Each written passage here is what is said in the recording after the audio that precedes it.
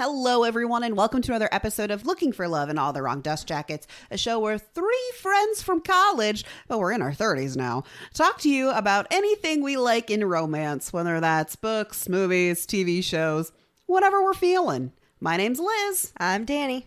I'm Wiggles. And today, on this episode, we're going to talk to you about the book When Life Gives You Vampires by Gloria Duke. Yep. But before we do that, I have to make sure and warn people that we are crass and we talk about the naughty times and we swear a lot. So if you're not into that, that's okay. But maybe you think about your life because you've been warned. You could have way more fun. I mean, yes, but I mean, no judgment. A little judgment. Wiggles judgment. Which is the most scathing. I'm pretty sure that's Danny judgment. Anyway. Anyway, what have you guys been up to? Talk to me. What have you been like reading or watching or listening to? I have not actually done a ton, but I did go see the song, how does that title go? The Ballad of Songbirds and Snakes. Oh yeah, was it any good? It was fine. That's the best I could say for it. Like, shoot, I wish I could remember the name of the TikToker, but to attribute her with her words. But the way she described it was to a T, where she was like, it answered questions I didn't need answered, but left me with questions that I really did. I was like, that is so true. When I walked out of the theater, I was like, that is correct. Yeah, like, a minor spoiler if you don't want anything spoiled, but like, you find out how Snow knows about the hole in the fence in District 2, right? It's like, I figured he just had spies and shit. Like, whatever, man.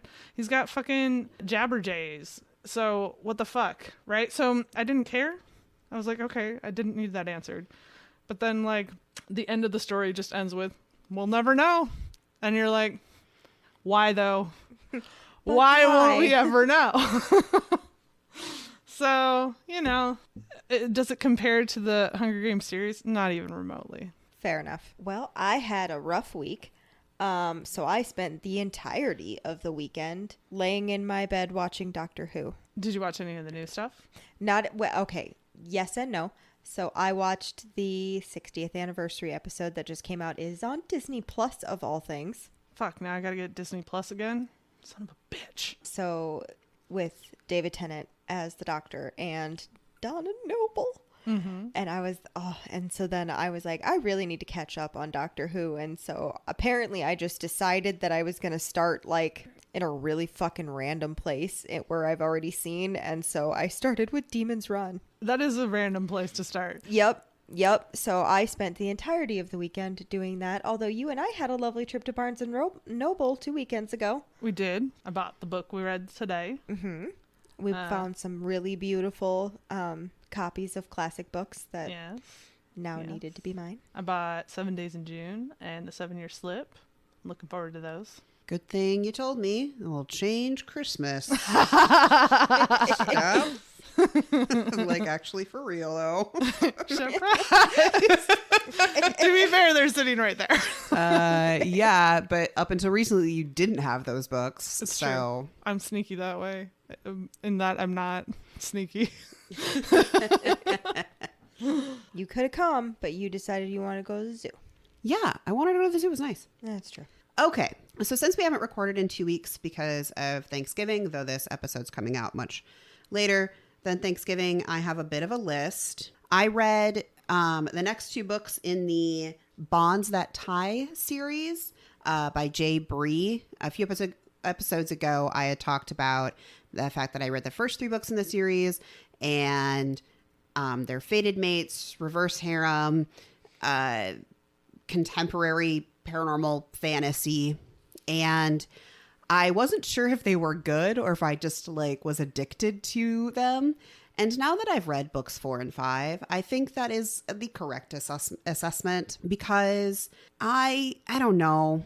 It just like the writing is getting so repetitive, and it's like you should have stopped the series a couple books ago, just wrapped it up. There's one book left and I'm going to read it, but I don't think I'm going to enjoy it.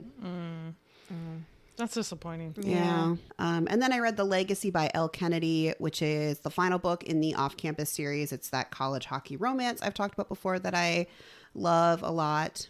And this book is a set of novella epilogues to each of the previous books. I really enjoyed it. It was fun. It was like 4 stars. It set out what I wanted to do. Like, I mean, we're not, creating anything crazy here, but it was a good time. Nice. And then I read the Inheritance Games by Jennifer Lynn Barnes, which I really liked. It's YA mystery thriller. Some people say it's got fantasy. If it does, it hasn't come up yet. Like, there's 2 more books in the series, but I was like, there has been no fantasy yet. Some people say there's romance, and I'm like, I mean, maybe a little bit. There's like, But no, it's a mystery thriller. It's kind of got like that Knives Out feel, but not quite as funny. It's about a teenager who inherits this billionaire's entire fortune, and she's never met him before. And so she has to go live in this house with his family. And by house, of course, mansion, giant fucking crazy estate. And the grandsons are all kind of around her age, and they're all trying to figure out why the hell this old man left all of his money to somebody nobody knows. I see. Yeah. I really enjoyed it. And there's a blog post out there. So if you want to know more on it, check out the blog post at wrongdustjackets.com. It feels like it might be giving Knives Out. Yep. You would say that because I said that. Yeah, it's literally what when she I said. described the book. What's happening in here? Lord only knows. God, For the love of the gods, Wiggles. I don't know who I am, where I am, or how you people got in my apartment. That's The same way we always manage to get in here. We walk in the back door like weirdos. God damn it. I'm trying to catch cats, not humans. You caught us a long time ago. I'm a cat. Oh, that explains things. Yeah. I'm just talking to 2 random cats Yeah. that I've created human personalities for. I am uncuddly like a cat sometimes. I mean, I could see it happening, Wix. Yeah. In an could see alternate it. universe, we're all cats. Wiggles just And wakes up that's one day and it's what like, gives me peace. I'm going to listen to the podcast. And it's just multiple meowing and then Wiggles talking to herself like a fucking creeper. So that's what I read in about a 2-week span. I need to go on a break. I think I've been reading too much to avoid doing anything responsible. So I'm not going to have any new reads for next week other than audiobooks, because I can do productive things while listening to my audiobook. I did get some good audiobooks recently. I'm really excited for them. Nice. I may or may not be re-listening to It by Stephen King right now. Well, at least you're consistent. I mean, I love him so much. And I have not listened to it in probably a year and a half. Oh. It's a very long audiobook. It's a very long book. And I love it so much. And the guy who reads it, it does a very good job. I've never read it. I've never watched the movie. And that's where we're going to leave it. I mean, I figure, yeah, I mildly am in love with Pennywise. That's something you maybe need to unpack with the psychologist and not us.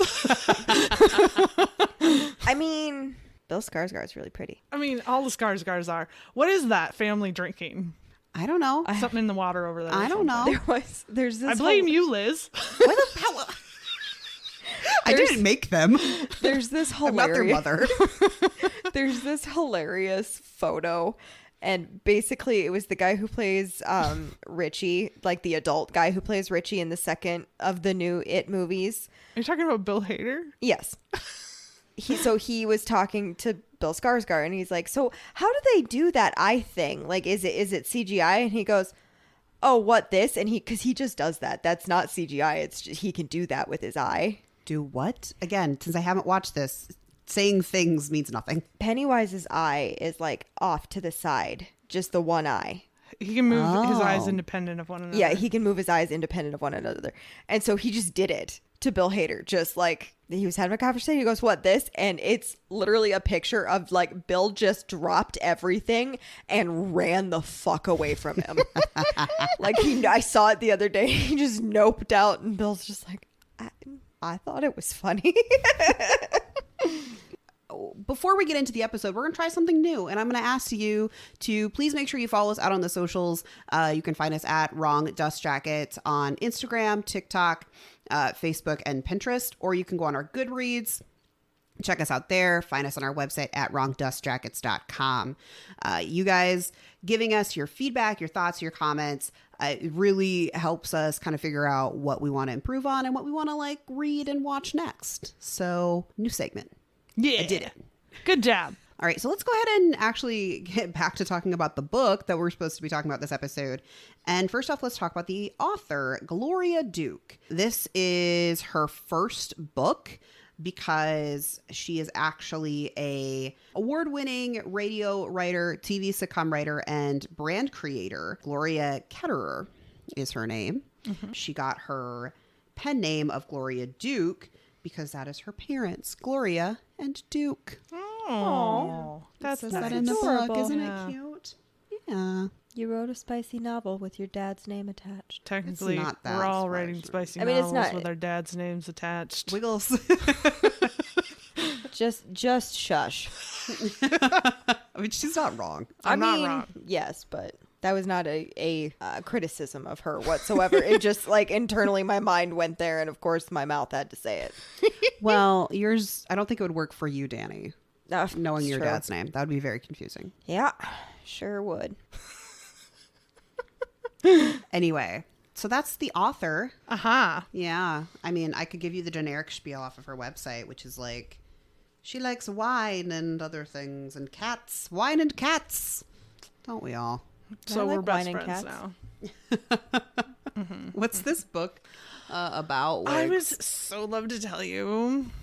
So our protagonist, Lily, goes out, gets hammered, comes back, passes out like we all do, with no underwear on. And it's an awkward situation to wake up to when you're wearing jeans and no underpants. So she's like, the fuck? I must have gotten super drunk. She goes and tries to just live her life. And she's like, I want some blood. What's going on here? This is messed up. Maybe I'll just eat some rare hamburger. And she can't even get to that because she's just like, things are going weird. I got to figure shit out. She goes back out into the town. She's like, somebody help me. I don't know what's happening. I got to find my best friend. She finds her best friend. Her best friend's like super into vampires and is like, bitch, you a vampire. And she's like, no, you crazy. And she's like, bitch, you are a vampire. And so then they like try to figure out what's happening. Meanwhile, her sire, unwitting sire, is trying to find her and be like, could you just stand still for 5 seconds so that I could like help you? And she's like, nah, bitch, you made me a vampire. Fuck your shit. And he's like, yes, but mostly accidentally, ma'am. And so he's trying to help her, but also because he made a vampire in unreasonable circumstances, in that he did not get approval from the council. They're like, we're not gonna allow this, so we're gonna fucking kill you. We're gonna fucking kill your baby. And, you shouldn't have fucked around and found out, because bitch. And they get into a lot of adventures and shenanigans and sexy times along the way. So here we are. When life gives you vampires. You apparently fall madly in love with them. I mean, wouldn't you? In a week. Wouldn't you? When life gives you vampires, you suck them all down. I regret nothing. Well, you do. That's what you do. I don't know. Life has not given me any vampires. I've gotten Not a single 0%. And that's a real damn shame. Yeah, I'm a little bitter about it. I didn't get my, Gandalf never came to get me. I had no reaping. I have no vampires. Is Well, it? I'm running out of the youth too. So, if a vampire does show up, it's going to have to be like some death becomes her kind of vampire. Because, no, ma'am. I'm not going to be a 40-year-old vampire. Fuck off. I love when death becomes her. It's a great movie. Another movie Liz has not seen. Yeah, obviously. God damn it, You Liz. should watch it. It's fucking funny as shit. It is. Okay. So I was thinking about where to start with this book, and I feel like we have to start with the main issue that Lily has, which is her size, because I don't think we can talk about the rest of this book until we've talked about that. Yeah. Yeah. So our main character, a factor about her I failed to mention is that she's plus size. I failed to mention it because it's not really, in my opinion, the most relevant thing, but it is made to be almost its own plot point throughout the entirety of the book. It really does. To be fair, I think it is supposed to be, though, because if you look, Yes. if you read the beginning of the book, there is a line that says this book explores negative body image on the path to body positivity with reference to unhealthy dieting. So I think, honestly, more than the vampire, more than the romance, that is the plot of the book. Yes. I'm going to be super honest with you. I don't read forwards ever. It was one of. I just go into shit blind. So when the audiobook starts, it read that to me. So I did try to keep that in mind, because if I didn't have that in mind, I think I would have become really annoyed. I think there are a lot of people who are. Like, There are. I think a lot of the negative ratings are there's a conversation that I think there's room to have, in that you don't owe other people acceptance of yourself. Like that's an insane thing, I think, for people to demand of you. I think you have to work on your own internalized fat phobia, but there seems to be this idea that you are fat phobic against the rest of the world if you're just not fully at a point in your life after years and years of people treating you differently because you're fat, to be to the point where you are like, yes, I'm the sexiest thing on two legs. Like, it's It takes a lot of time to become much more comfortable in your skin. Yes. And that is a big plot point in Yeah. this whole book, is that she has to learn, because also she's had her entire life of like one of the most important people in her life, her mother, is constantly on it. And that, as much as you don't want that to affect you, it will take a very big mental effect on you. Oh, yeah. I mean, I would consider myself relatively well adjusted on that point. Yeah. But there are still times where I'm like, I go fully back into that mindset of like, you're not enough because of this. You are lacking because of this. And, the thing is, it's a fucking top behavior. And I think that anybody who was a fat kid specifically, like, I'm not saying that if you are fat at any other point in your life and people treat you badly, that's okay, or in anything along those lines. But I am saying that there's a specific mentality that gets ingrained in you because you're still learning about your body and you're being taught that yours specifically is wrong. Well, and the other thing to take into consideration is Lily in this book is 25. And as a larger, curvy, I wish I had curves, stupid fucking square rectangle body, but as a larger woman. You a hot body. Oh, thanks. Ooh, gorgeous. But, no, I wasn't fishing. I was just I know. complaining. Oh, I know. I just like, I just like thought you to hit needed on to you. hear it. Oh, thank you. But when I was 25, I thought exactly the same things that she thought. Fuck, when I was like 30, I thought the same things. She mentions trying Noom. I've tried Noom. Juice cleanses. I've tried the whole fucking gambit of shit. Same. Just like she has. So I think sometimes books aren't for everyone. Yeah. And the trauma, which is what it is, growing up with that level of shame and people constantly narrowing you down to one fact about you. One fact, which is that you are fat, or whatever word you want to use. I know some people don't like the word fat, but as somebody who quote unquote is, I'm going to use it. That if you haven't grown up with that mindset or going through all that, then this trauma probably isn't something that you would relate to. It's something you probably would find very annoying. Like, why is she saying the same thing over and over and over again? Because it takes years to get past it and accept yourself, and you still might never fully get there. Absolutely. It takes years when you've surrounded yourself by with people who are going to support you through that. It's even worse if you do not have that support system. Right. Absolutely. Then you're having to like have exclusively mental conversations to bolster yourself because you're not having any external conversations that do that. One of the worst things I hate this so much. One of the worst things that her mother does, I feel like, is she constantly is buying her aspirational clothing. Oh, that's fucking shitty. It's so shitty. It drives me nuts because then you're like, oh, I have to get down to that size because she spent money on this and everything and it's gorgeous. And it's like, it doesn't work. No, it Sometimes doesn't. you can't do that. Even if you're trying to get down to that size, a size is not dictated by your weight. No. Now, you might weigh more and because of that wear a different size, or you might weigh less and because of that be a different size. But how your body retains that weight is what affects the size you ultimately wear. Yeah, absolutely. And so, like, that's an insane thing to even attempt.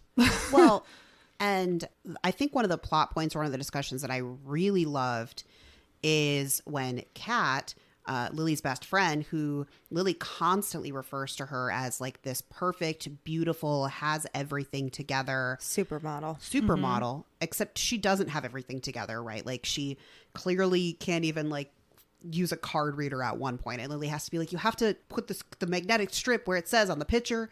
She's a very intelligent person. She just is not a very logical person, so sometimes she loses track of things. Well, I know we reference D&D all the time, but to reference D&D, she has a high intelligence, not a high wisdom. Correct. But one of the plot points I loved is Kat actually kind of gets upset with Lily, saying like, you, Lily, are constantly referencing your weight, but also in a way referencing mine. Like, you've boiled me down to just being a skinny person. And while pretty privilege is 100% a thing, you can't narrow the people that are closest to your life down to that one aspect. Absolutely. Especially one that's been as supportive and strong and didn't freak out when you showed up as a vampire. Yeah. As Kat is. But I think it also really highlights the fact that when you grew up always thinking that your worth was less because you weigh more, you see everything in that lens. Absolutely. Like yourself, everybody else. But like Lily said in this, she's like, but I see people who are body positive on social media in the world, and I see them and they're beautiful, and I know they're beautiful. I can see it and I can agree with it, and I can say their curves and everything are gorgeous. But as soon as I try to turn that lens on me, I can't do it. And I totally get that. Oh, same. Absolutely. Well, when a celebrity speaks, I always take it with a grain of salt, right? But Emma Thompson is probably one of the few celebrities that I like appreciate all the way around, and she hasn't disappointed me yet. But she, after doing To Leo Grand with Love, I think it's the full title, there's a scene in that movie where she has to like stand in front of a mirror and like just be in her skin. And she talked about that later on in an interview, and she's like, the act of doing that, especially as a woman, is incredibly hard. To not suck it in, to not turn, to not adjust your hair, just to make yourself a little bit more presentable in your own eyes. And it's like, that is a woman that has been put on a pedestal as being one of the most beautiful women in the world, right? The idea that you expect plus size women to be able to go the extra mile on that is insane. I just find it crazy that we have this incredibly high standard where you're not allowed to ever feel less than, because if you do, then it's this internalized problem and you're a problem because of it. But everybody else seems to be, it's okay to shit all over people who are plus size. And that dichotomy drives me absolutely fucking insane. Something that I have to fight myself against every day is this idea that I have to be pretty. That's not required of me in my existence, right? I have to fight that. And then I have to fight that I'm not pretty enough, right? Yeah. It comes up all the time in my head, and it's something that, like, even with the right people in my life, right, like even with a husband who thinks I'm gorgeous, even with these amazing friends that I have in you two and just the other people around me, I still think that way all the time. It's only been in the last couple of years that I stopped putting makeup, like a full face of makeup on, just to run to the grocery store real quick. I have never done that, but I'm bad at it. So there's a difference. Well, I'm really going to try, but I'm not, I've never been good at it, but my hair always has to be up. I have to look halfway decent. And again, it's only in the last couple of years that I stopped. Actually, it's since I've had a baby. Yeah. Since childbearing, I stopped caring quite as much because I created life. Fuck you. But, but it's one of those things that it took a long time for me to be able to like, well, I have to have a cute outfit on to go out, to go out in the world. And now I'm like, sweatpants. Yeah, that's good. I do love a little bit of a tangent. I do love the fact that athleisure wear is an acceptable form of clothing all of the time now. Yeah. Because I'm just like, fuck yeah. yes. I fucking live for that shit. I can't wear it to the office and I wish I could, but I do get around it sometimes by wearing a dress. Yep. With athleisure pants underneath it. Anyway, so back to the book. Not everything is for everyone. Yes. And that's okay. And honestly, I feel like it was actually kind of written in a very realistic way of somebody dealing with the trauma of trying to figure out how to not be in that headspace so much. Yeah. Well, and you take her relationship with herself and then you throw like attraction on top of it, or like getting attention from whatever gender you want attention from. And that's, oh boy, is that tough. It feels like a trap. Yeah. Oh, for sure. I mean, it's taken me so long to trust male attraction because of my personal shit that has happened in my life.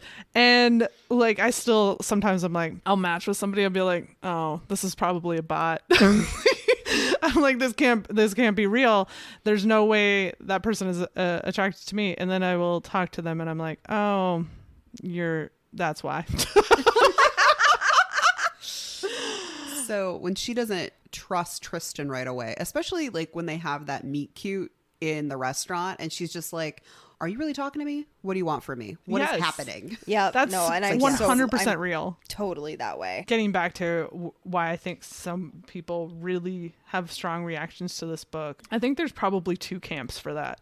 There's one, people who relate to it too much and do not want to see a reflection. And I'm like, I get it.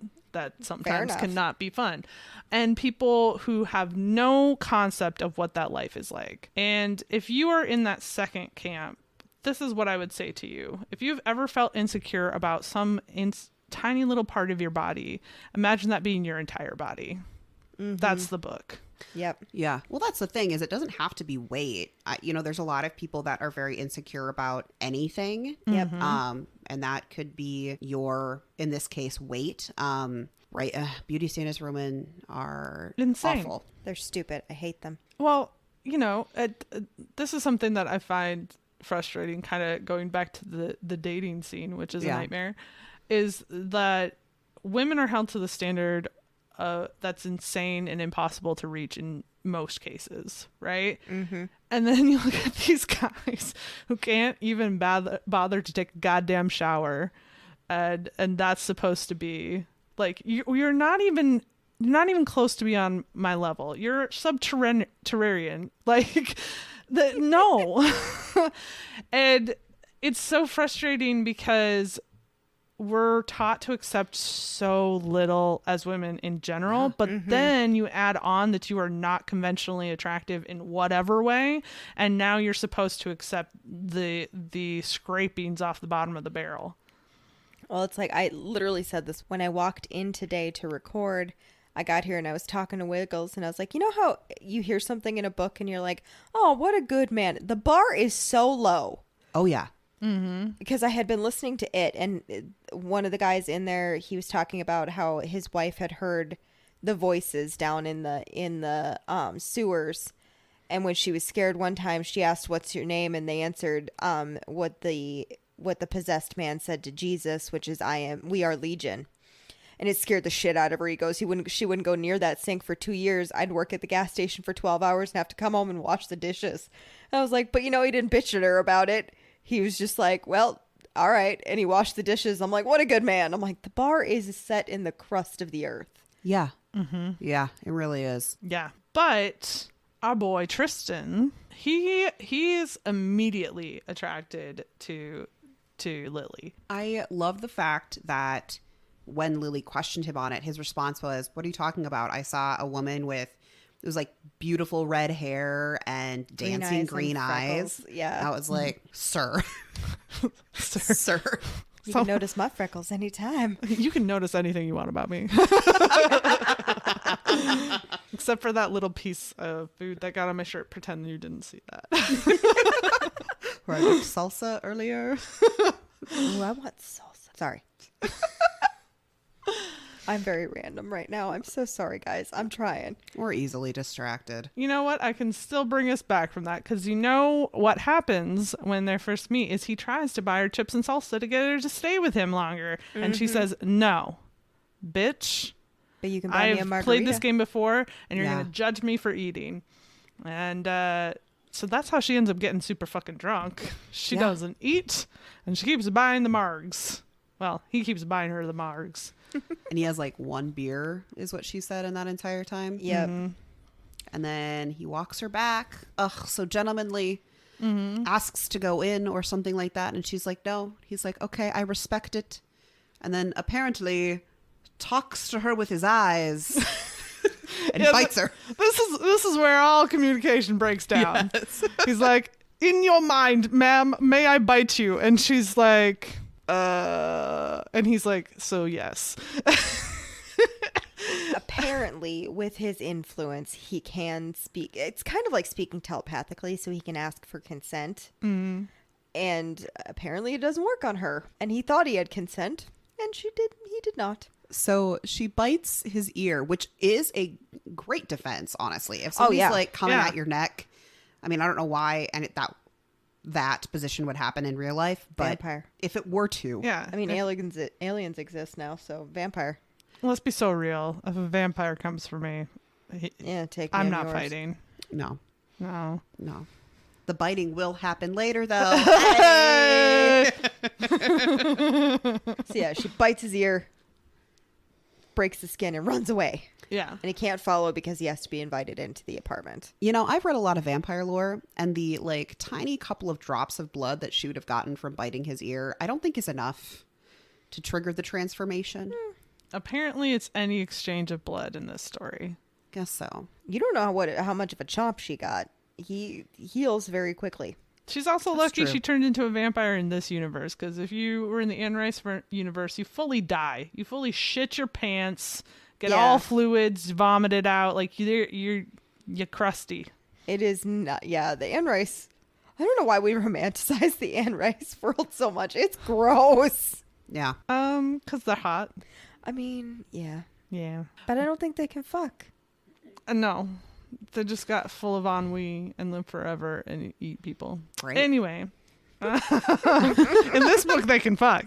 Yeah, they can. As we find out Yeah. later. Yeah. But yeah, then she wakes up ravenous, wanting a bite of O positive. And realizing she doesn't have a reflection. That's where she kind of freaks out the most. Yo, that would be shitty, Oh God, I'd never be able to tell if my hair was doing something crazy. right? Well, she also gets the lucky card on the vampire lore on that one, because apparently she gets this nice little glow up Yeah. because of it, and so she never has to worry about that shit anymore. And I'm like, can I do that without the living forever part? Yeah, I don't want to live her. I would love to just like wake up each day and not have to figure out what's happening with this hair. I did really like, though, on the topic of like vampire side effects, I liked that she went through the realizations of like, she's going to live forever. She's going to look the way she looks forever. She can't have kids. She can't go into the sunlight. And it wasn't necessarily like, oh my gosh, I'm a vampire now. I'm so strong. Everything's great. It was like, shit, there's a lot of downsides to this. You took the Right. sunlight from me, you jackass. Right? And I also like that they don't cheat on this one, right? You don't get a magic ring that allows you to go out into the sun. Yeah, Right. nope. You absolutely cannot. You're not you don't have true blood. You got to drink something, Yeah. you know? And she does make some interesting choices. She's like, I really want to drink blood. I'm going to hop on the fucking subway. Right? I was like, when she got on the subway, I'm like, oh no, honey, no. That's going to smell terrible. And especially because her senses are already dialed up. Mm-hmm. They don't fully dial up until she does start drinking blood, but like they definitely dialed up already. Mm-hmm. And it's like, I don't know that I would be able to handle the noise I've never been on the subway, but I imagine it's not quiet. It's not. I mean, your quietest subway ride, you also have to listen to it going down the tracks. Yeah. But he does find her miraculously on the subway. Oh, he was following her. Don't get that twisted. Okay, fine. In her mind, it's like, what's this crazy dude doing holding my elbow? And she's like, he's so pretty cute. Because for some reason she forgot everything that happened. She was blackout drunk. That's the reason. I don't know that that's the reason though. Like when it comes back to her, it comes back to her once she has blood. And so I almost wonder if the way that she forgets the entire night. She remembers going out and she does not remember drinking or anything like that. She remembers sitting at the bar with her first margarita. So she doesn't even remember that. She doesn't know for sure that they actually went out. The reason she goes to Kat's house is to discover because one, Kat is really terrible and forgets to charge her phone all the time. So she tries to call her and it doesn't ring through. Mm-hmm. So she just shows up at Kat's house. Yeah. And I understand losing time and blacking out, but usually you don't lose time before you start drinking. Right. I've never blacked out. Unfortunately, I have. And it's usually a very specific chunk of time where you go, I was not present, but my body was.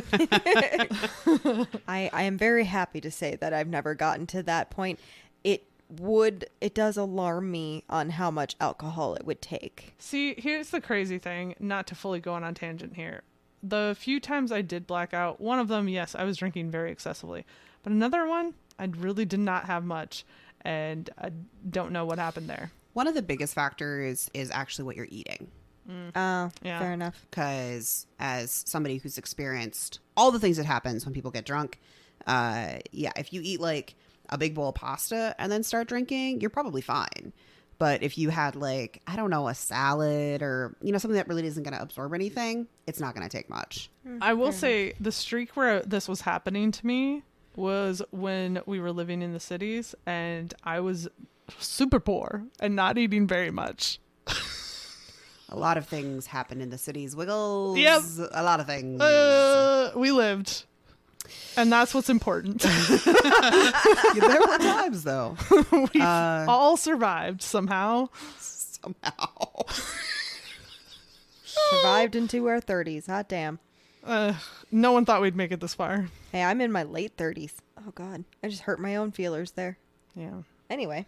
I'm officially mid-30s. I realized that the other day. I was like, I can no longer be... I could technically be classified as young 30s, but I'm like solidly mid-30s. And like that transition was like, so you got to get your shit together. My mom hit me with one of those... we were talking about our ancestors and whatnot, and I've got an ancestor named Mabel, and I was like, that's a really cute name. It is. I was like, I'm surprised no one in the family has carried that name on, because almost all of our names, except for mine and Brianna's, are family names. Anyway. But isn't your middle name? Yes, it is. Yeah. And anyway, so she was like, well, you could get on making the next Mabel then. And I was like, ma'am, put that away. I am officially a geriatric uterus, okay? You gotta get on your other daughter for that. That is something I learned when I became the knocked up, is that it's very early on that you are considered a geriatric pregnancy. Right. I was not, but give it 2 more years after I had been pregnant and I would have been. Well, I was just like, that hurts my feelers a little bit. I guess my thought process is entirely selfish here, and I'm like, I wasn't going to use it anyway. So, anyway, back to the book. You guys were all about this Tristan feller, huh? I liked him. I thought he had some moves. He had some smoothness and some awkwardness. And I like a little awkward. I think we know this. I like that he was kind of a dork. I was like, yeah, just because you're a vampire doesn't make you cool. But he did have some good lines sometimes. I love the fact that he writes historical romances. Yes. I was like, this is amazing. Do you think that, like, how easy would it be to get away with that, though, today, of writing under a man writing under a woman's pen name? Wouldn't you get, like, dragged for that once they found out? I think that if a man was going to try and break into this business, they probably would not choose an out and out, like, this is a feminine name. They'd probably pull the same shit that a lot of women pull when they don't want to be on the sexist end of that, where people won't publish you because you're a woman, and they just do initials and last name. Sure. That wouldn't be hard at all. Or they pick like a gender neutral name that could go either way. Yeah. Here's the thing. If a guy wrote a compelling romance that was on par with what women were writing, I'd read it. I don't give a shit. Oh, hell yeah. Oh, yeah. I've read Nicholas Sparks.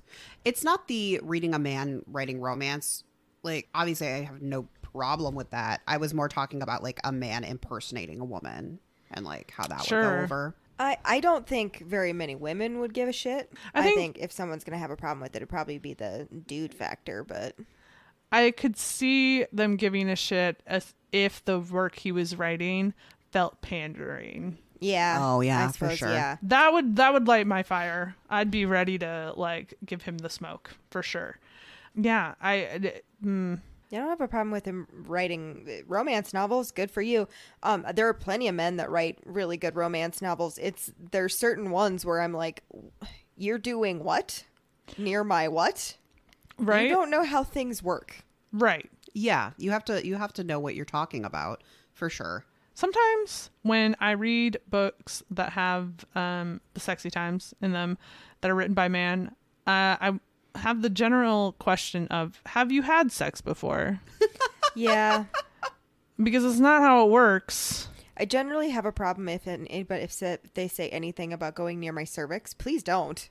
Well, to be fair, a lot of women write about going near the cervix. And they're wrong every time. Ladies. No. Do better. Unless it's a monster dick. I get that then. You got weird things going on with your monster dick. You got flowers. You got tentacles, right? I believe that dick would find my cervix. But like, I don't want it to. I don't want it to. I don't want it to. It's not about want, Liz. It's about plausibility. I'm just saying, it's too long if it's doing that. Too long. It's unhealthy. You need to find a different partner because your plug is not fitting in that socket. You know what I'm saying? You don't need to find a different partner. You just need assistance from toys and other things. It's true. Nope, I'm not going to say that. Okay. So, yeah. I think the other thing about Tristan writing romance novels is historical romance novels is it wasn't just like a throwaway. Like his character was kind of revolved around the idea of being a little bit more in the past, having some older concepts towards romance. Yeah. I do like, though, that she says a couple different times that he has some fairly misogynistic views. Given how long he's been around, I can understand that a little bit. But he's also willing to learn, which is what I appreciate about him. Mm-hmm. It just takes too long to learn is my problem.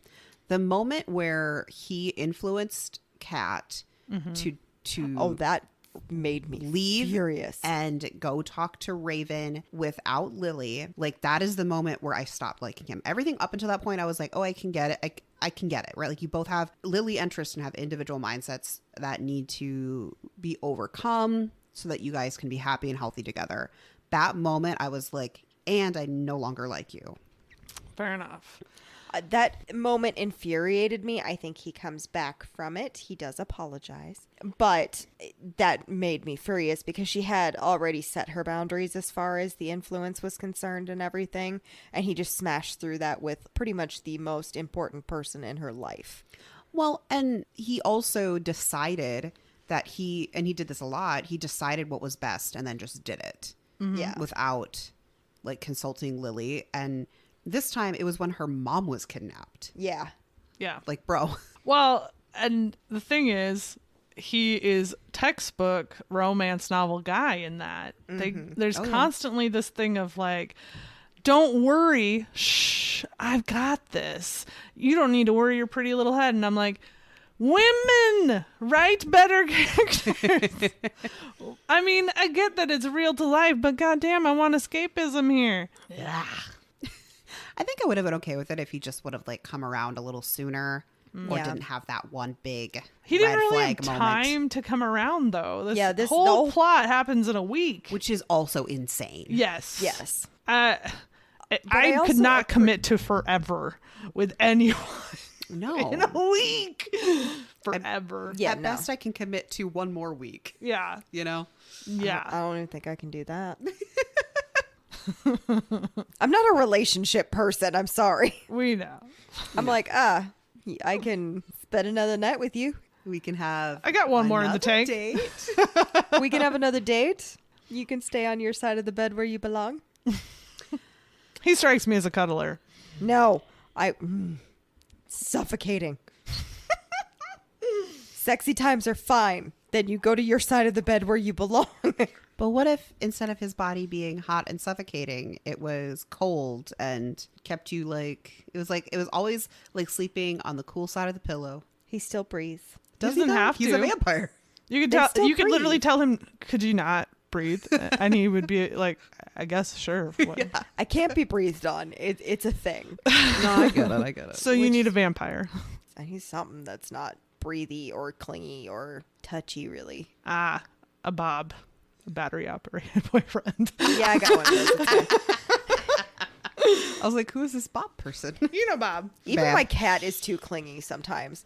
She's taken to it. I don't know what it was about this weekend in particular. She needed to sit right between my titties and just stare at me in the face. I had to make sure you were still there. And then I have proven that she is completely my cat because I was watching Doctor Who and the theme song came on and I grabbed both sides of her and went, whoa. And she just started purring. She's like, I'm used to this. This is She's the like, normal. this is fine. It's Doctor Who. You're happy. I'm like, you shouldn't be excited about the fact that I am screaming the parts that the theremin in the Doctor Who theme song do. Because I can't seem to not do that when the Doctor Who theme song comes on. You did it far less obnoxious than I do. I think you know where this goes. Yeah. So I won't put the people through this. Okay. What vampire universe would you like to live in, and which one would you not for $1 million live in? I would not for $1 million live in Twilight. Twilight's actually the one I might because it's one of the ones where you can get away with the most sun. Yeah, true. And you can also like avoid the vampires. Like if your thing Yeah. is I don't want to be a vampire, there aren't that many of them. That's true. And they're not really recruiting. You just got to stay away from Carlisle when you're sick. You know? So, and is it that they just sparkle? They don't actually burn up in the sun? They just Yeah, sparkle. they just are. It's like a beacon that this one's weird. Okay, if I just sparkle, like I can hide that. That's true. I I just buy a lot of land. It's all mine. feel like Buffy would be a terrible one. Yeah.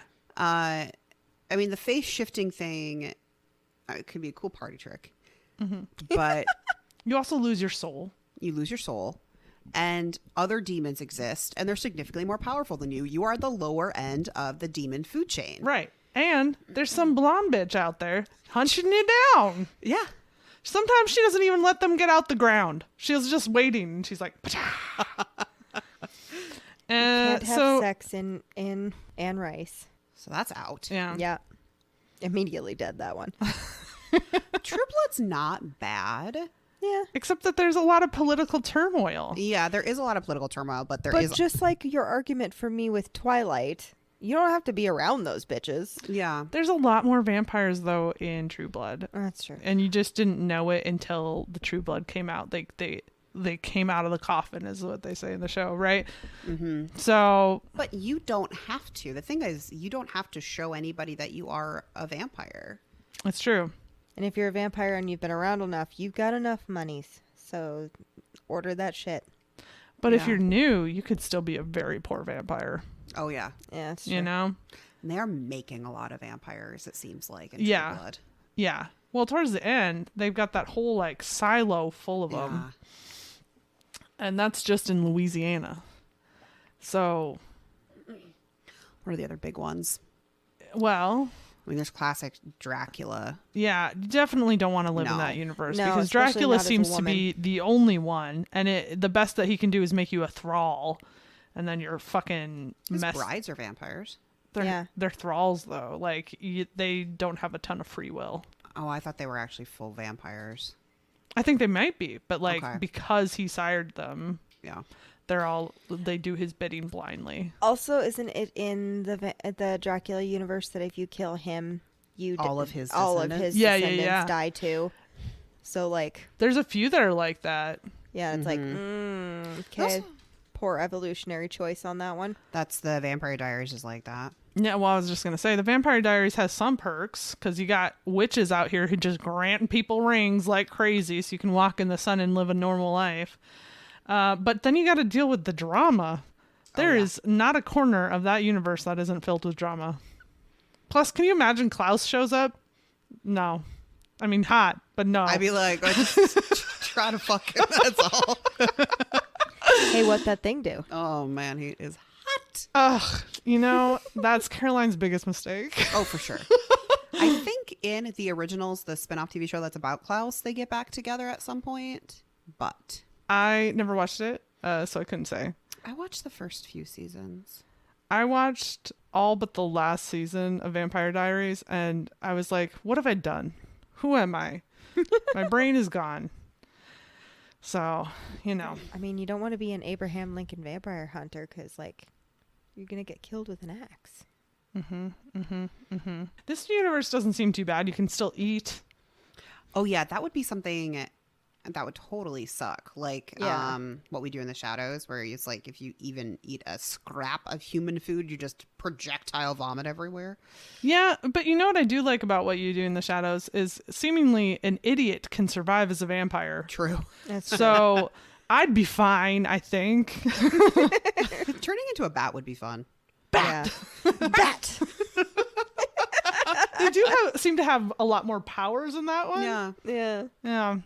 But also, you don't seem to like while they have not aged, apparently that does not stop you entirely from aging because my guy, the Grand Baron? Master is Oh yeah. yeah. Yeah. He's Seems a like if skin you get sack. old enough. The littlest vampire. They can have kids. Well, Yeah. Hotel Transylvania that can have kids as well. Yep. So, Hotel but he doesn't say Transylvania blah would be blah fun. blah. That's my favorite line in that entire fucking movie is, so are all the things about vampires true? Like a stake through the heart?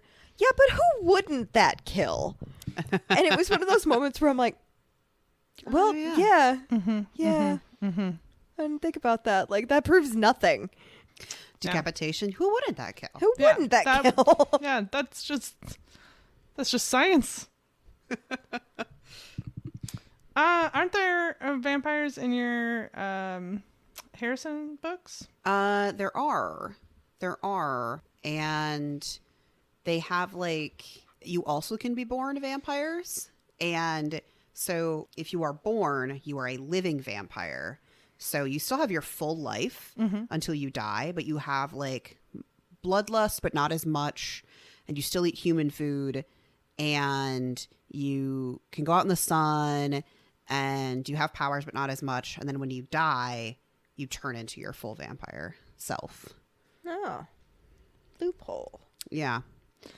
I know I don't know if definitely would wouldn't. love that. I wouldn't want to be a Mercy Thompson's vampire because you are beholden to certain vampire lords, and also they have this thing where they actually do make thralls that are just to feed on, And so you could just be walking along one day and they'd be like, I'm hungry. Come be my slave. And you'd be like, I guess that's what my life is now. So that's out entirely. That is a problem in The Littlest Vampire. Like, every time they feed, that person or cow even turns into a vampire. They can't just feed off people.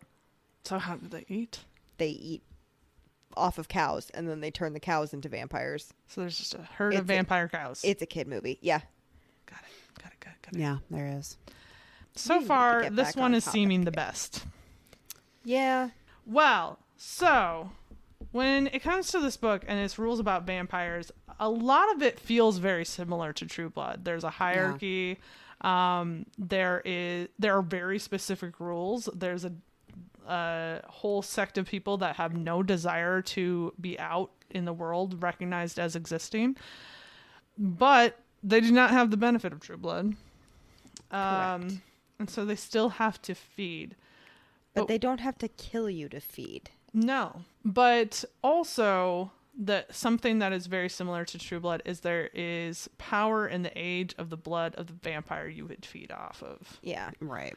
And so one of the things that happens in the book is that Tristan is very pushy. Maybe it sounds too harsh, but he's very adamant that she will be better off if she feeds off of someone. And if she's not willing to feed off of an innocent human, then she'd better feed off of him, because she needs to get her powers in order to protect herself from this council he's pissed off by creating her.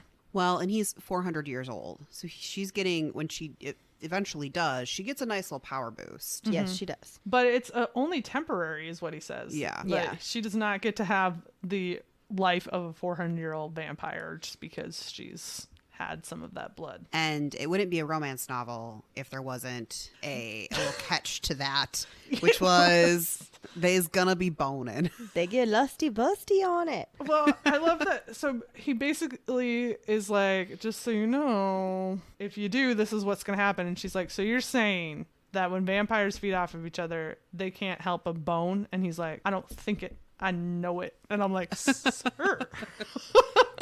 I do appreciate, though, that, like, he warns her. It's true.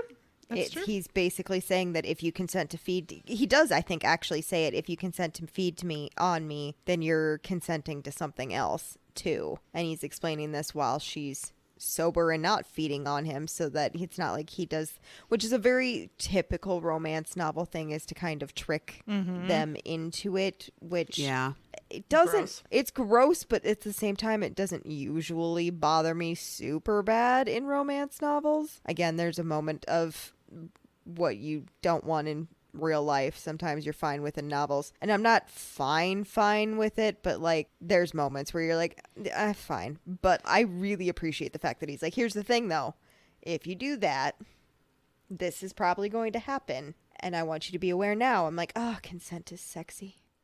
Well, it's also, especially in like the fated mate trope, it seems to happen, the consent asking in the middle of something, like the start of boning down, or some sort of like weird, just so you know that if we go any further, I can't stop. Yes, that shit. And it's like, bro, you gotta ask that when you should have, before we got to this point is when that conversation should have happened. When we're not on the precipice of you not being able to stop, my guy. Jesus. Let me just freeze while I find a way out of this situation. Freeze while I run away. Yeah. But I also, while I appreciate that he told her, I like that the author knew the character she was writing and knew that would immediately set off insecurities of, oh, you're not actually attracted to me. You just feel this obligation towards me. Yeah. And so you don't want this. So then I'm the problem now, because I'm forcing this on you because I won't drink from humans. You know? And she's been drinking expired blood from a blood bank. Yes. Which is because Kat comes in hot with solutions, right? She shows up on her doorstep. Kat's like, bitch, you a vampire. And she's like, we got to deal with this. She's like, I happen to be donating my time at a blood bank. So come on, let's go. Yeah, she's like updating their systems or whatever because Yeah. she's like a genius computer programmer. Yeah. Pretty much, yeah. Yeah. I do really appreciate, because a lot of times in these books and these paranormal universes, we skip over basic reality. And I love that when they get to the blood bank and she's about to open a fridge and just like grab a bag. Kat's like, no, you can't have the blood that's supposed to be saving people's lives. Yeah. That's not better. You don't get that. Oh, man. And then she checked it to make sure because while she didn't think that Lily could get anything, like that nothing could be transmitted to her, she still like ran the barcodes of the ones that were expired to make sure that, you know, it didn't have Hep C or something. Well, and I liked your explanation. You know, yeah, this blood's expired in the sense that we can't do a transfusion with it, but you could probably still eat it. Right. Yeah. You know? It's like when you Those open mean the different fridge things. and the milk says it's expired, but you sniff it and it's fine. Yeah. Yeah. I mean, yeah. I definitely sniff the milk to see if it's fine. I mean, at the end of the day, Kat gets the big old best friend award. Oh, for Yeah. sure. For sure. Like, She's amazing. she did not at any point go, bitch, get the fuck out of my house. Bitch, She you said, have no okay. reflection. So we've got a new issue on the table. We're going to have to deal with this. And she's always like pushing Lily back towards Tristan of like, listen, we can't really solve this problem on our own long term. You need Look. to go to the expert. We Well, don't she's have the also- information. Matchmakering that situation Oh, for sure. so quick. She's like, by the by. That man was, I fucking you all night. Well, that's the thing is Kat saw Tristan and Lily having their fucking meet cute at the bar. And so she's like fucking watching her friend being like, this is something. Go Yeah. for it. I also, you know, as described, I'm just picturing the very enthusiastic thumbs up on the door out. Like, yes get it. Get it, girl. Yeah. That would be you, like, if Wiggles was walking out the door, Liz and I would be like, get it, girl. And then internally we're like, I'd probably text and be like, can you drop a pin in your location once you get there so I know someone kills you or I know where to send the cops? You guys wouldn't have the chill to just do a thumbs up, though. You would be obnoxious as fuck. And Oh, I'd be yeah, no, we'd flipping be you off screaming on and- on the way out. I'd be like, shut the fuck up! Depending on the amount of alcohol, there would be like dry humping the air. There Oh, would be like yeah. giant fist pumps. I'd be like, look at those Pretending two to drunk grab bitches I've Liz's never met. tits. That would be hilarious if it worked out and later you were like, so those drunk bitches from the bar. You are remember actually my how I best told you I friends." don't know them? They're my best friends. I love them with all my heart and soul. They're cunts sometimes, but I like them. I keep them around. They're fun. Yeah. Oh no. I have a question. Yeah. Why is her mother sleeping on her couch for a week? We don't know, other than the fact that her mom was just like, I'm here now. She just shows up with an overnight bag and she stays there for over a week. And I was always a little confused about that. I'm like, but why though? She lives in a studio apartment. Mothers be weird, man. I think it was just a way for us to see even more how controlling Mama is. Yeah, Rose, is that her name? Sure. I think so. Yeah. I think also that she also needed somebody to be at risk that wasn't Kat. I think that's also part of it. Yeah, probably. But We should talk about Evan. Yeah, on the note of side characters, there's Evan, and I have to say this is where the plot kind of falls apart for me, because not every time, but sometimes on the rare occasion when a new vampire is born, a slayer enters the world, and we get a vampire slayer, and it's Evan, her coworker, which I get that it would be something that's already like connected to her. And is supposedly some sort of rival. Yeah, He has bad blood towards her because she fat shamed his best friend back when they were all in college. yeah. and that girl gets fucked. Oh, she does. She's just started That poor like girl. describing her life and how great it's become, and she's got this like lovely husband, and like she's just living her best life. after this struggle, a lot of the same struggle that Lily has, and immediately fucked, immediately murdered. Just Yeah. And that girl is actually Lily's sister-in-law. What? What? Oh yeah, I suppose technically. So yeah. yeah. A spoiler, but guess what we've been doing this whole time? Yeah. Lily's dad is some big megalomaniac. Yep, he's a big rich mogul, and he has been providing for her all these years, but he was not married to her mother. He cheated on his wife and everything, but the girl who is Evan's best friend, who gets murked in the subway, is actually her sister-in-law. Which I don't know. I mean, Kelly exists as a plot device, and that's fine. It made me real sad though when she did die, because I was like, she seemed lovely. Yeah, as soon as they said that they found a body in the subway, I was like, it's that Kelly bitch. Yeah, because they So- brought her up for no reason. Yeah. Yeah. Yep. As soon as somebody exists in the book for no reason, Yeah. I'm like, that's going to matter later. You're gonna be a red shirt. Yeah. Yep. Yeah. Which- it feels very in line with television writing too. Yes, We're like yeah. we have our main characters who are gonna keep going along on their adventures, but you're just brought in to die. That's it. Yeah. Yeah. That is definitely like the difference, ideally, between novels and television. Television, that can happen. It's expected to happen. But in books, it's like these people need to have like a reason to be in the book.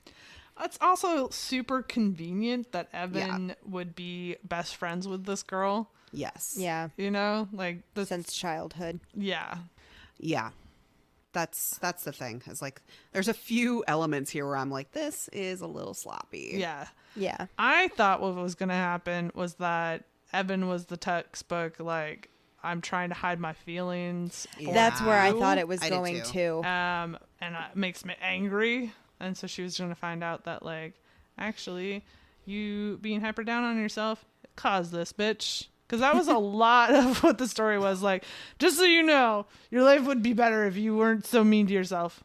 It's like, well, yes and no. Right. My big issue with Evan is not that he's a vampire slayer, because I kind of like the idea, calling back to Buffy, which she did a lot in the book, of you just waking up and being like, why is my body different? What's happening? Yes. But somebody explained to me this fucking flaming sword of his. Right? Like, where did that come from? Yeah, I don't get it either. Like, All I could picture. It's terrible. All I could picture was the flaming sword from How to Train Your Dragon 2. I was picturing more video game. yeah, but, I was going video game with it. yeah. I guess, like, you don't have to spill all of your lore in one book, but a little explanation would be nice. Like, when she said flaming sword at first, I was envisioning a sword that he oiled and flamed. Yeah. And then she said that he created an arc of fire and leapt out with it. And I was Yeah. like, what the fuck does that mean? Right? It's like some magic wand thing going on. Also, I will say with these vampires, so is it if they touch fire they die? Because That's kind of what it seemed like. seems it's like kind they're of what it extra seems flammable. like. I'm like, what? You never gonna burn yourself on a candle? The only thing that That'd be fucked. kind of makes it make sense for me is that maybe the way that it works is that if you don't have a lot of fluid in your body, you're more flammable. I guess. But at one point, Evan just like nicks somebody. Like, Yeah. literally nicks one of the vampires with a flaming sword, and he died. Yeah, it was the bodyguard at Yeah. the crypt. Is that what it's called? Yes. Yes. Yeah, I mean, there's a lot about that sequence where the math wasn't mathing. That just seems like a very, very bad evolutional trait. Yeah. Like, I'd be fucked. I burn myself all the fucking time. I should not be allowed to have candles. You wouldn't if you were one of these vampires. They didn't have no flames. no Another candles. reason for me not to be a vampire. What were they doing in order to see at night Back in before the day? electricity? Oh, yeah. Yeah. Lots of questions here, Wiggs. Lots of Lots. questions. Lots. Explain yourself, you know? And maybe we could make the argument that Evan's sword is magical fire. Oh, yeah. That's a great thing. If one of his powers is to conjure a flame sword, that's some wizardy sorcery shit, and it's cool. Yeah. But you got to explain. Yeah. 'Cause, Well- I mean, we could make the argument that it's magical fire, but they also, like, everything around all the vampires is non-flammable. Here's the other thing that I think is interesting.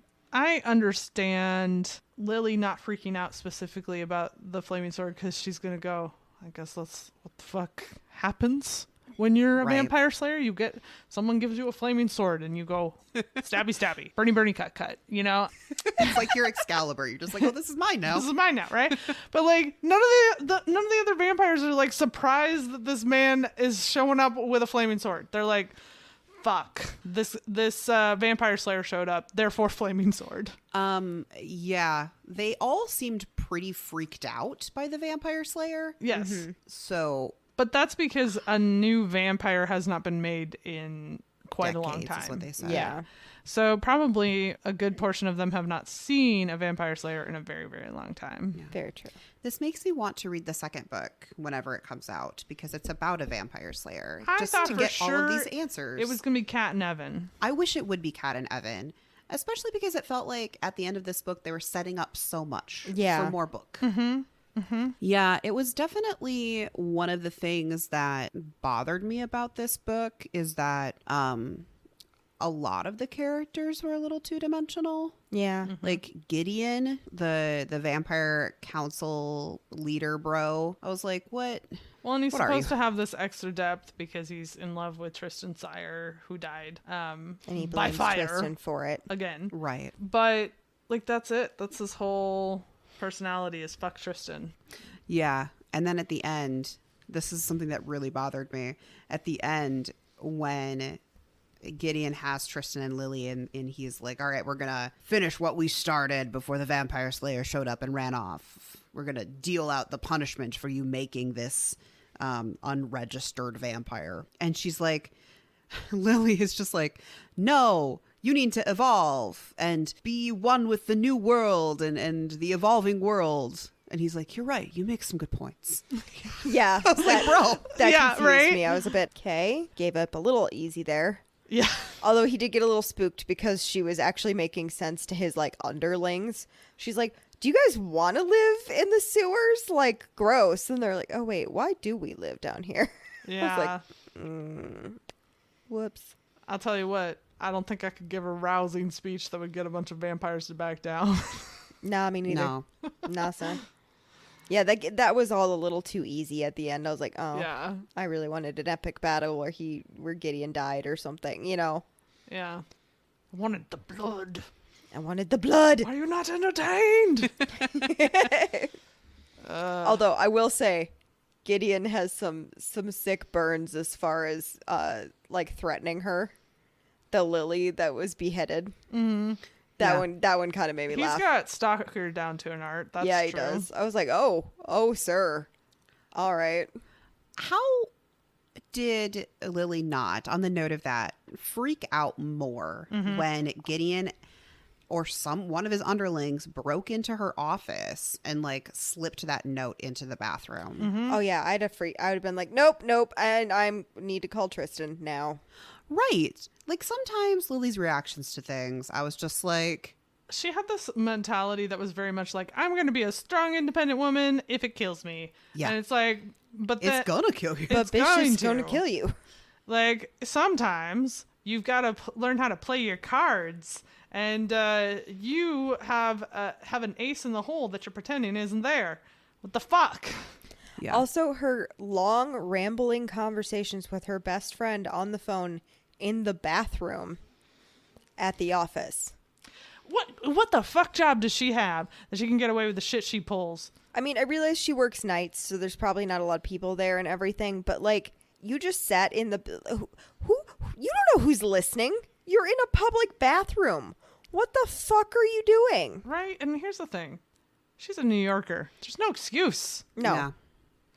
The other thing that was way too convenient was this whole Evan being like, I'm going to write an expose on vampires. And her being like, no, that's really stupid. And her boss being like, you do it then. Like, what?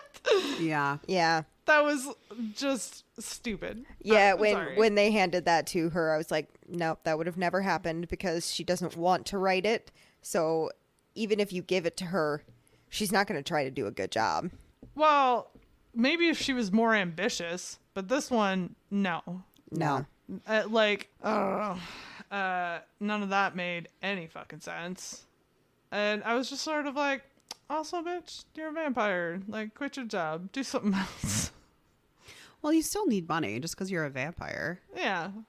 And she But she's obviously got doesn't. a sugar daddy in the wings waiting to come on. But you know, that strong, independent woman. Yeah. side. Also, she's only known him for a week. I'm not handing over my financial situation to somebody I've known for a week. Yeah, but I would have been like, bitch, you killed me. You owe me something. Oh yeah, no. That's true. You killed me. Now give me monies And that dick. and the dick. And that dick. Yeah, there was just a few plot devices that rubbed me the wrong way. Like Raven being Tristan's ex and having all of the like juicy details of like, stay away from him. He'll be misogynistic and overbearing to you. And he was in love with somebody, although she was wrong. She was wrong. Yeah. She was like, he writes all these romance novels to revisit or rewrite his past. Well, okay, so here's an aspect of the blood drinking that we haven't talked about, is that you get to see little glimpses of the other person's life, which seems to be very convenient in what it chooses to show. I know. I was super confused why it only showed, is it Morena? Yeah. Yeah. Well, you know, why wouldn't it show something like what he had for breakfast 3 days ago, right? Like, there's no reason it should specifically go to this girl that sired him and he was said she died. Like that. You could make the argument, and I'm just playing devil's advocate here because I'm totally on your side on that one. You could make the argument that maybe it sticks to emotional Sure. memories.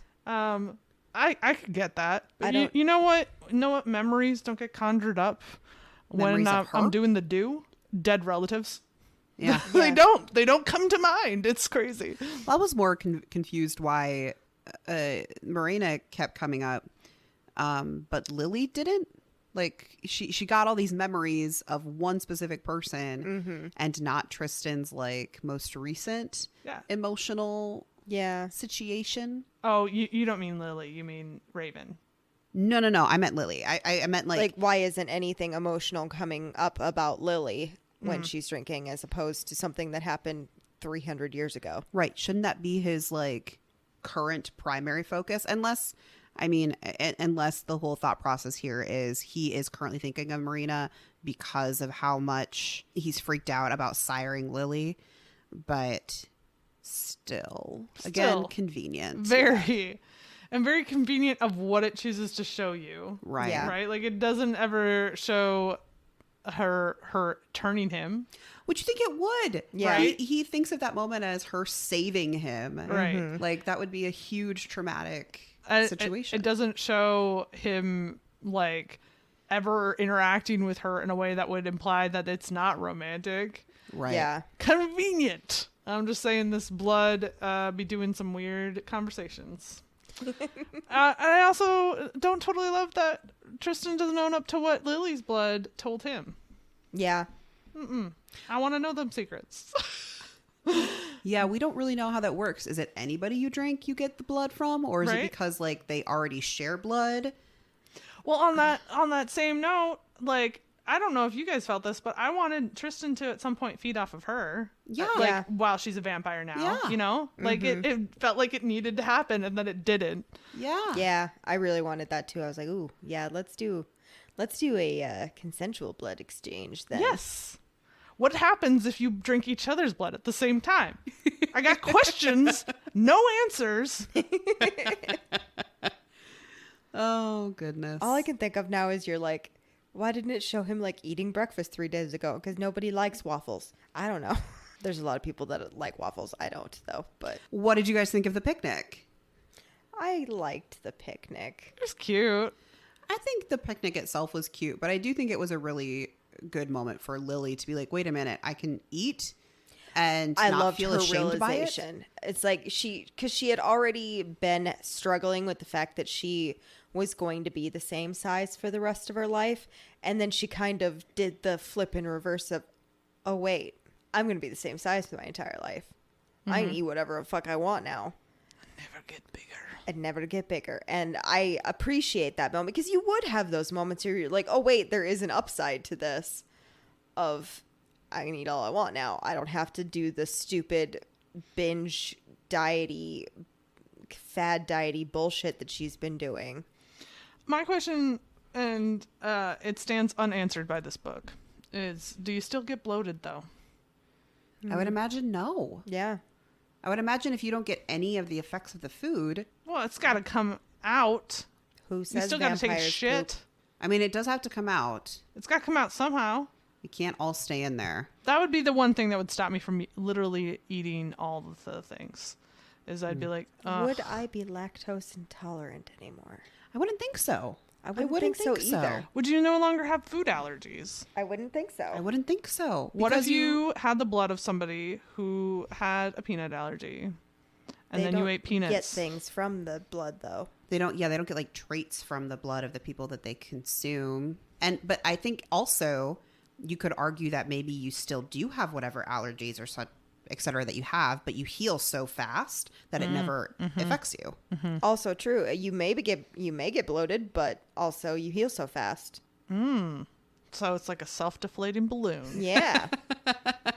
I like it. So much ice cream for Danny. I'd be eating that cheese, man. I'd be like cheese and crackers all day long. Yeah, I'd probably be more on the cheese. I don't actually crave ice cream that much. When I do, I'm like, well, fucking Danny's getting ice cream because it's the first time she's wanted it in like 6 months. I do crave ice cream, but So here's another little gripey poo I got about this whole book situation is that she goes in after they do the do, right? She sees he's got all of his books lined up in a row, and she's like, I gotta flip through these bitches and see if that Mariana bitch is in here. God damn it, she is. And so she's like goes through all of them and just leaves them scattered on the floor. And that man walks in and makes no remark. Can you imagine someone coming into your house, rifling through your bookshelf, throwing shit around? and I don't murder them? Right. Yeah, no, when she said she was dropping them on the floor, I'm like, just put them back on the shelf. Right? Like, Yeah, that was just some confusing. common decency. What is wrong with this woman? She can't come to my house. No. Not invited in. No. On the note, because we're talking about the sexy times, or at least the post-sexy times. Yeah, we should talk about the sexy We should times. talk about the sexy times. Yeah. They were fine. It was fine. It was fine. There, Yeah. we said it. I expected more. I did I too. did too. I expected a little bit hate sexy. Oh, I wanted some hate sexy. Hate sexy would have been fabulous in there. Yeah. Especially the second time. When Oh, she was she's mad, so at him, mad at him. Yes. and she was like, fine, we're going to do this just so that I can get the strength from your blood, and I understand that it's going to lead to fucking, but fine. Yes. Well, I he was mad at expecting- her. Yeah. Yes. Yes. Yes. Like, so yes, hate fuck. Why was it so vanilla? Yeah. I don't know. I did want more. I did want more. It felt also like it was over very quickly. Yeah. Yeah. Like it Also, you can't tell me he didn't learn some shit from Raven. you can't tell me he didn't learn some shit over 400 years. Yeah, but Raven. That's part of the appeal. I wanted Raven. Is a guy I'm not who's even had gay. enough time to figure his shit out. I mean, I guess he got her off. Whatever. Well, to Danny's point, Raven is described as a goth's wet dream. She's very dominatrix looking, I feel like. At least that's what I was picturing. Yeah, same. Which doesn't necessarily mean that just because she looks like that, she acts like that. Oh, yeah. No. But everything in this book is telling me that she's got something. She's got skills up in there. And I was like, you didn't learn anything from that woman? That woman's a dom. I'm going to just say it. Oh, yeah. She has to be. She's so pretty and so nice. Like, she's that bitchy person that, like, you realize is nice underneath. And you're like, I don't know how I feel about you. But you can't tell them that they're nice. No. No. That upsets them. You cannot go up to a Spike teddy bear and be like, you're a teddy bear. No. They're only Spike. That's just how it is. Yeah. I She mean, is definitely a immediately spike Raven character. is on Lily's side. Not immediately, but like as soon as the incident at the crypt is over, Raven's just like, all right, you talked the vampire slayer down. We're good. Cool. We're good peeps now. Well, Raven strikes me as the type of person that if you take care of her people, you become one of her people. Yep. Yeah. Lily very much did. She was pissed when she realized that Lily had invited Evan and she didn't know to the showdown, of which is just a terrible idea. That whole situation was so convoluted and just, I was just like, this is so soap opera-y. Yeah. Like, fuck off. When she said, I'm going to invite Evan, I was like, that's just a bad idea waiting to happen. Well, I did write this in one of my notes that Lily acts like the dumb blonde in a horror movie. And then very shortly after, I read in the book where she goes, am I the dumb blonde in a horror movie? And I'm like, yes, bitch, Yes, you are. you are. You fucking are. Yeah. Yes. You know I what I'm realize, saying? given that it's only been a week, she has not had a lot of time to like actually sit down and learn logistics of bullshit and stuff, but no excuse. Well, honestly, though, there's a little bit of a conflict there, right? So this whole book takes the time over a week, but Tristan says that Gideon likes to draw things out, Yeah. and yet he let her live only a week before he kidnapped her mother and said, "Show up here so I can murder you." Right? Once again, to play devil's advocate, her mom might have been about to leave. Yeah, he but is to being a- stalkery, so he probably knew that, and that's why. I'm not saying that's the reason why, but that could be a reason why. I guess maybe I'm a little too biased, or I got some preset ideas here about ancient vampires. But if this bro is like 500 years old, I'm assuming minimum, because he seems like he's older than Tristan. Well, you'd have to be. Right? Theoretically. Well, if his sire was his lover, if Tristan's sire was Gideon's lover, I just realized how fucking unclear that was, then they have to have at least been together for a little while before she was able to turn him. He also then wouldn't be holding a grudge for 400 fucking years for Right. something that was clearly not Tristan's fault. So in my brain, I'm like, 500 plus year old vampire. He can get from New York City to Cherry Hill. Well, no, he's got all the time in the world. Yeah. Dragging something out for him is like decades. Yeah. Right. So on the note of Lily's bad decisions, I'm gonna have to call you out, Danny. I'm sorry. There's a little bit of Danny flavoring in her personality, and it is here. Only there's a little something about me. I don't much like doing what people tell me to do. Not Tristan, not Raven, and apparently not even me. Okay, that's all. It feels great to be called out as somebody who gets called out all the time. Rude. Wiggles, that was emotionally damaging. You might have hit the mark there. What a whore. Lily or Wickles? Or the author. I'm not going to call the author that. She's a real person, and I lovingly call Wiggles a whore frequently, so both her and Lily. It is Yeah. Tuesday, Wigs. It is our day. That We'd is be out in a the streets. deep cut there. Sorry for those who have no idea what that meant. Yeah. No. I I feel like you think I'm argumentative. So then, Bunch of scallywags. yeah. So, okay, I want to briefly take us back to the sexy time.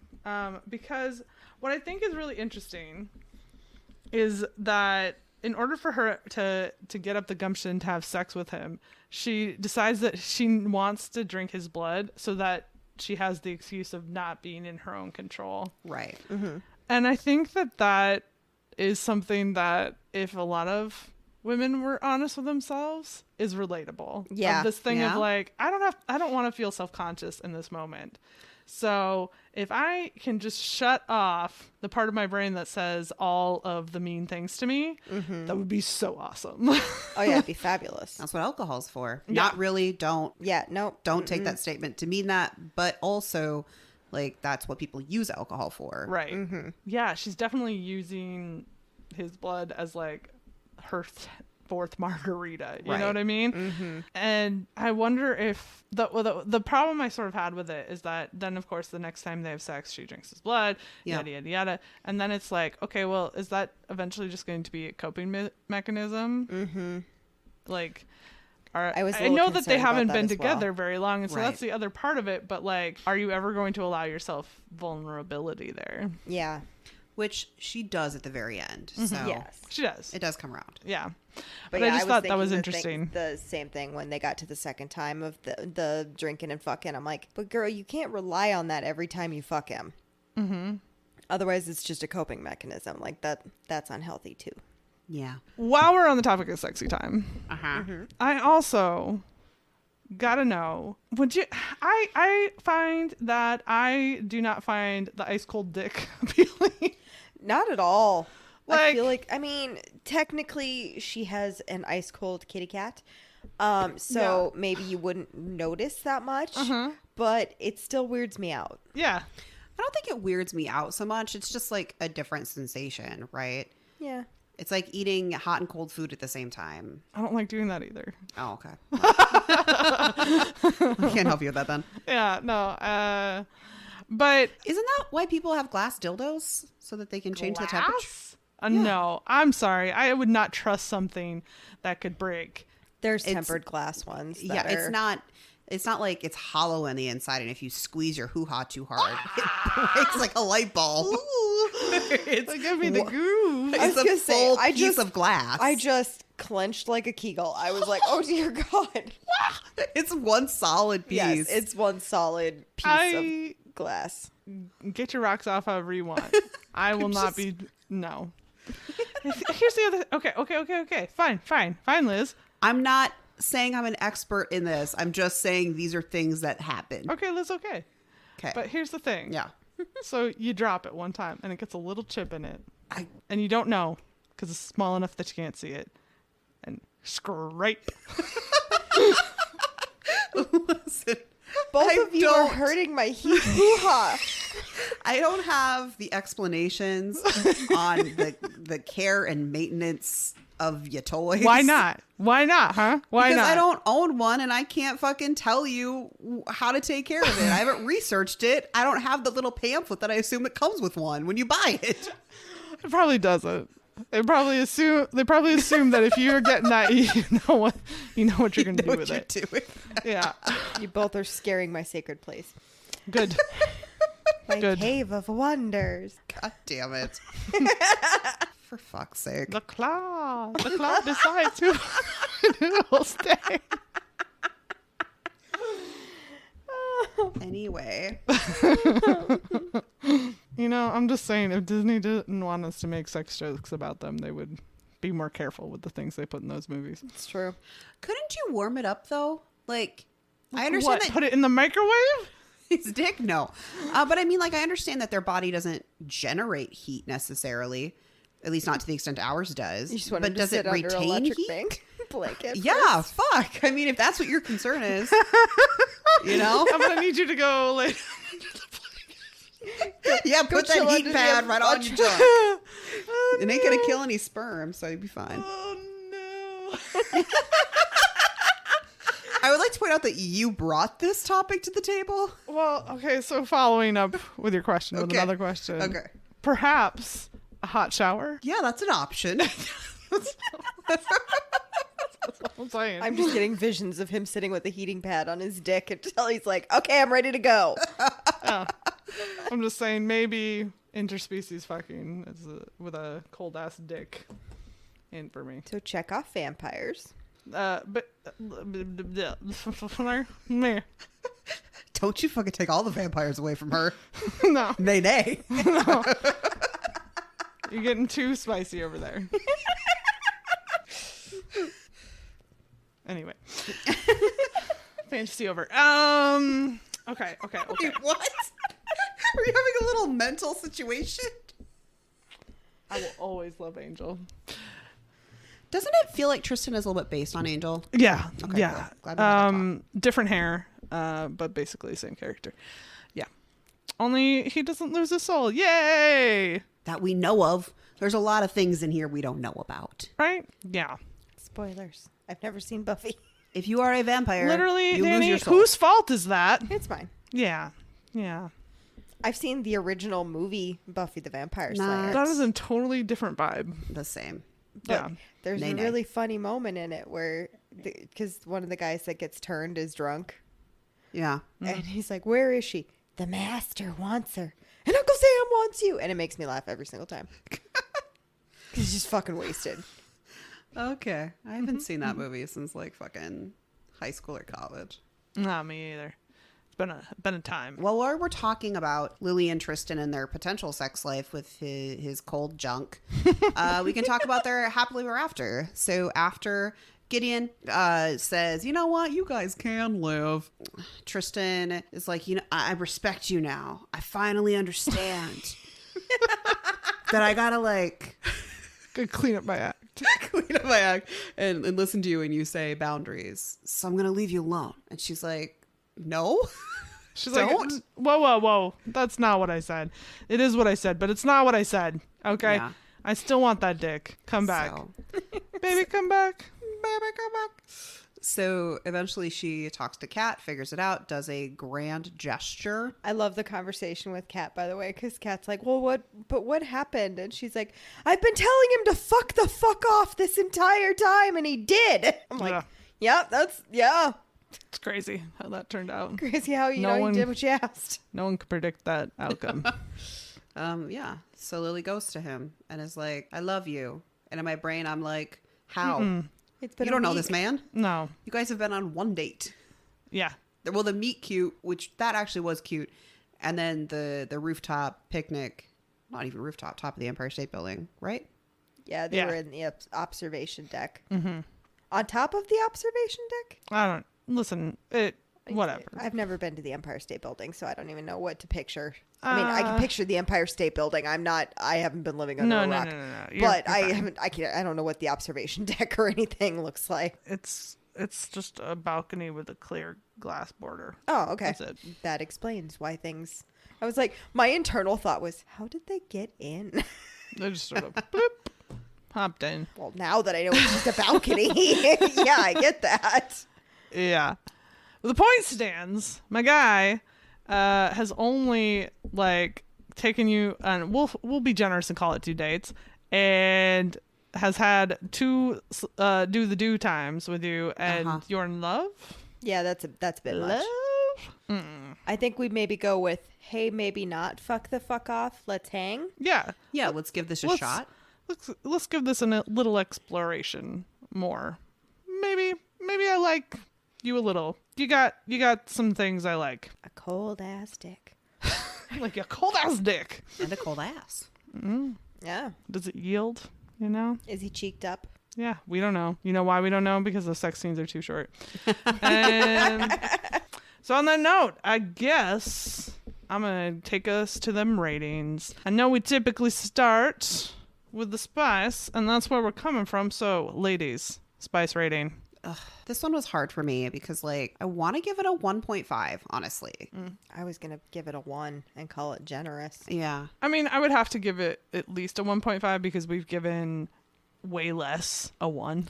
You make a good point. 1.5. Yeah. I guess I just couldn't give it a 2 because when I think of a 2, I keep always trying to reference back to the Viscount Who Loved Me. And while there is one sex scene, it is a very good sex scene. It's a very good sex scene. And we gave that more than a 2, didn't we? I thought the spice was only 2 in that, but I don't remember. It was so long ago. Yeah, I don't remember either. It was a time. I'm going to say 1.5. Seems like we got a 1.5 house up in here. What about romance? Don't give me that look. Give the viewers the look with the words. Danny, what do you think?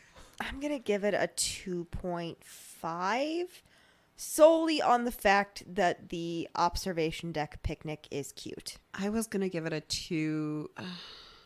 They don't do that much Yeah, romantic. I think I'm going to stick with the 2. I think I'm also going to go with a 2. I wanted to like them more, and I think that if they were a continuing series like Mercy Thompson, where like we get to know them more and more and more, like if you've read those books, you know You don't start out with the main couple being like the couple. Right.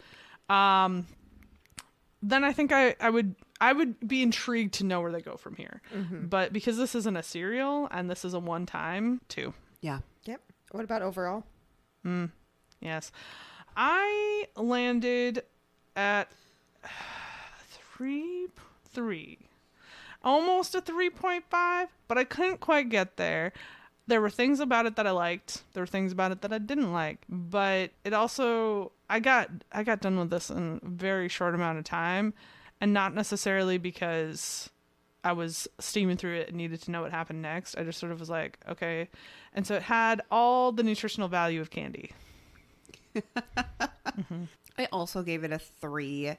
I really wanted to like it. I liked the first half of it, or like the first third, first half, and then the plot started to get a little convoluted, or just a little like convenient, as you've said, and the ending it didn't give me the warm and fuzzies, and the sex scenes. God damn it! You build up this whole like I'm gonna bite you, and we have to like then we're gonna be all into each other, and then I didn't get it. I also gave it a 3. I didn't necessarily love them as a romance couple.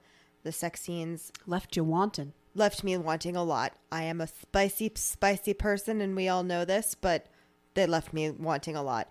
But I did really like the emotional journey that she took us on with her like body discovery and everything. I thought that was very well and very realistically written, so I did appreciate that. I agree. Yeah, and that's the hard balance that I'm trying to weigh here when I'm reading it, is that you didn't really deliver me what I want out of a romance novel. Not what I came here for, but you delivered me some good stuff. Right. So it's that's where I end up in the middle, because I can't.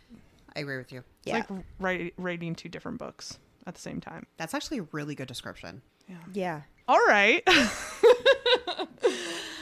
So, recommendation time. Oh. If you like this book, what should you read /watch /consume /eat? Eat? I don't know. I will do mine first. Do it.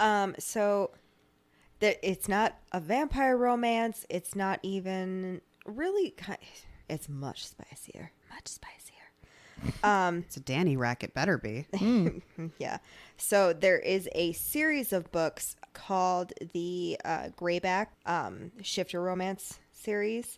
It is, so the first book is called Bad Bear. It's by T.S. Joyce. So it is essentially, it's a series of books about a group of grizzly shifters that are lumberjacks in the woods. And they're new partners and everything, but all of their partners have something that like they kind of need to overcome about themselves and everything like that. So that's kind of where I'm getting the thought process. They are very much more spicy. Also, they are all super connected because they all live in the same, they basically made themselves like a trailer park just to themselves, but very tidy and well made because they're lumberjack men. And I need to say again that they're lumberjack bears? No, say it to me one more time. Lumberjack bears. Yes, that's the stuff. Yep. I will recommend Don't Hex and Drive by Juliet Cross. We talk about Juliet Cross in this series, the Stay Soul series, a lot. I love it. Isadora, the main female character in that, it doesn't have the body positivity to overcome, but she does overcome severe social anxiety, and also she hates driving. And then Devraj, the vampire man, it has a lot of like the traditional vampire things to him, but the spice is very nice. It has got the wall sex energy. Very good wall sex energy. Oh, I'm gonna need to read that one. Yeah, I told you to read it. I have a lot to read. I'm sorry. It's got Audiobook Daddy. The whole series has Audiobook Daddy. I do love Audiobook Daddy. I have now described to my mother about Audiobook Daddy. And Danny, the book after, way more wall sex energy. I got all of the books on Cyber Monday for the Audible thing because they were like $5 a pop, and I was like, bye. I will need to know your thoughts when you get to book 5.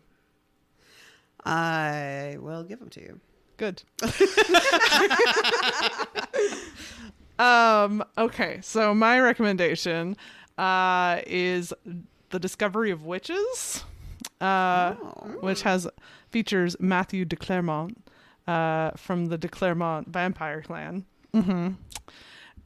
Way higher stakes in that series. Like it's not just a couple that could die. It's literally like a war against vampires, witches, and demons. There, you can go, if you don't want to read the books, you can definitely watch the television series. It's actually pretty faithful, in my opinion, which is rare to say for a television series. Sure. But the books are really fun, in my opinion, to read. They're high adventure like this, where it's almost more adventure than it is sexy time or romance. I mean, the romance features at the center of it, but the adventure they go on trying to like keep their little Romeo and Juliet thing going is the appeal for sure. And in the second book, they go back to Elizabethan England, and you can meet Shakespeare and Brando. So there you go. I have that book. It's sitting on my shelf, and I look at it and I go, "Why you're so thick? I can't start a book that's big." So one of my favorite things to do around Christmas time is I do not play Candy Crush like ever. But specifically at Christmas time, when it's really dark very early, and I've got usually I have more vacation time around that time, right? I will get Candy Crush, I'll download it again, and then I will get all the audiobooks, and I will play Candy Crush. And so I burned through that entire series in like a few days. Jesus. Yeah. It was fun. It was just like, oh my God. 10 out of 10 recommendation for a good life. So yeah, that's what I got. Okay. Well, that brings us to the end of the episode. I'm going to say again, please follow us out there on the socials. If you liked this episode, you can find us at Wrong Dust Jackets on TikTok, Instagram, Pinterest, Facebook, and check us out on Goodreads. Check our website out at wrongdustjackets.com. We have a new blog going, so there are book reviews that don't make it into the episode or don't have an episode of their own. So please check all of that out. Let us know your thoughts. Send us your ideas, your recommendations. We'd love to hear from you. My name's Liz. I'm Danny. I'm still Wiggles. Goodbye. Bye